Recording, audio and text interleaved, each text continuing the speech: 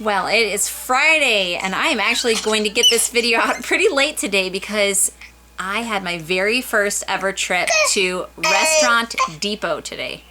It is a huge store that sells wholesale food and cooking equipment, all kinds of stuff like that. My brother-in-law took me, and my sister babysat the kids because you're not supposed to bring kids in. So yeah, it was exciting. I will do a big grocery haul video that I'll probably get out, I don't know, maybe Monday or something, showing you everything I got. So, I'm home. I'm going to quickly record this video for you. This is going to be a short one because it's just on geography. The topic today for this homeschool month of May videos is geography today. Now, geography is one of those things that I think is very easy to learn without much effort. If you are just people that are aware and you talk about the world and you point things out, it's really easy to learn geography without much effort. There are a few things, little fun things that we like to do to help enforce geography, and so I'm going to just quickly go through those for you. First of all, if you saw the video that I did this week about how we do history using the Story of the World curriculum, that also includes geography. Every day that you, or every chapter of the book comes with a map that I reproduce. I make one copy for each of my children, and after you read through that day's chapter, then you have map work. So they'll tell you, you know, color this area blue or draw a line under this. It'll all be things relating to that day's chapter of history. So that is a very tangible, you know, weekly map that we do. Then we have another thing over here. I don't know if you can see that behind me. Okay, let me walk you over there. This is another fun thing that we do for geography at our house. This is our scratch-off map, which I got from Amazon. I can link that below. But it is a map that we have been scratching off one country at a time as our subscribers of our YouTube channel tell us where they live. So you can see we have quite a few countries, and then down here it shows the map for each country that we scratch off. This has been a really fun project, but you could use this map in other ways too. So you could use that map in other ways too.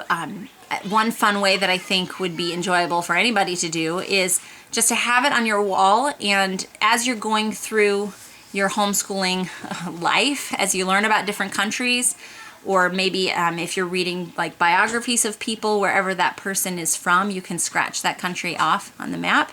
It's been really fun for the kids because it's a slow unveiling of the world rather than just taking it all in at once. Okay, another thing when it comes to learning countries or states, there is a fun app. It is $2.99 on the App Store.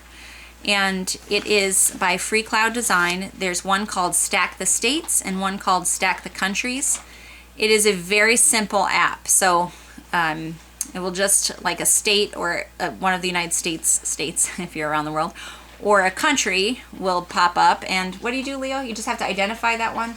Yeah, they're actually from all over the world. You can choose which country you want it to be from.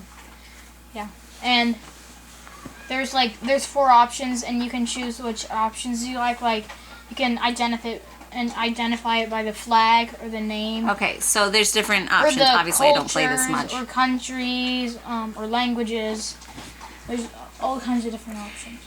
And if you are correct, then you get a state, which you get to then stack up and try to get to the finish line. So it's very simple. There's not... and then you get a state, and then like a trophy. Then you get basically to win a state as your... Another one like that is Presidents vs. Aliens. Yes, so this company, it's called Free Cloud Design. They make a lot of educational apps that the reason I like them is because some apps I think that call themselves educational to me are just kind of time wasters. Like, there's enough ways for the kid to go around it that they're just end up passing their time without having to practice any learning. And these are just very straightforward. You're just literally, you know, needing to answer the questions, get the information, whatever it is, and that's it. So that's a fun one for just memorizing different information about those. This is my book that I really enjoy so much. This is Window on the World. This is a book that I get out every once in a while to supplement our learning.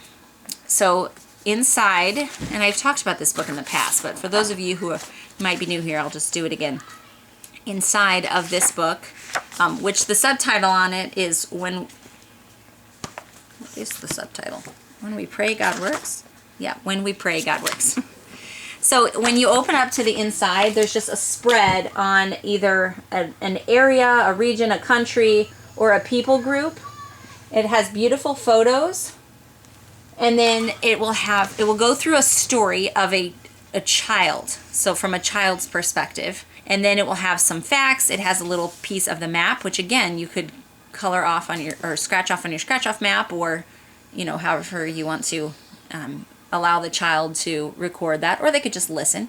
And then there's points to pray for about these people. So the way that we use this book once in a while when I get it out is I will open up to this past year. I just chose to do areas that were in Africa. I just decided to pick just African places or people groups that were here. So I would read through the page that I would pick, and while I was reading it, I would have the kids do map tracing. So I printed these off of the internet. They're just a black and white map of the countries in Africa, and I laminated them. And then I gave everybody tracing paper, and I would tape each time they'd trace the same map again. So like I said, sometimes I only do this once a month. I mean, this is just an infrequent thing that I do once in a while to just add a richness, because it's just it's just this really special book. So I would just tape a piece of tracing paper to it, and they could sit there and trace this map while they listened. I've noticed that my kids like to have their hands busy sometimes while they're listening to something that has more depth to it. So they would just trace and get as much done as they could. Some of them liked to go really detailed, and so they might save it and then trace some more a different time that we listened. Some of them like to plow through and do the whole thing. It was just kind of an enjoyable activity that also gets them familiar with that one continent. And of course, the best way to learn about geography is just to kind of keep your ears open. When you hear a story, or if you're praying for someone, just kind of look at the map and locate that area, and it will, over time, just help your kids have a visual understanding of the world that they live in. It's not a subject that I necessarily isolate. I think it goes very well with just everything else you're doing in your life. This is not an area that I stress about, because I have seen how just memorizing without any association of that area isn't very fruitful. I know for me, that's what I did as a kid, was just memorize in school, but it was kind of meaningless to me. Whereas now with my kids, when we are associating a person, a modern day person or a missionary or someone from the past with a place, that place just comes alive, and it actually has importance and meaning instead of just a name and a shape. All right, well, I'm going to get back to putting my grocery order away. My really crazy grocery order that I can't wait to share with you guys.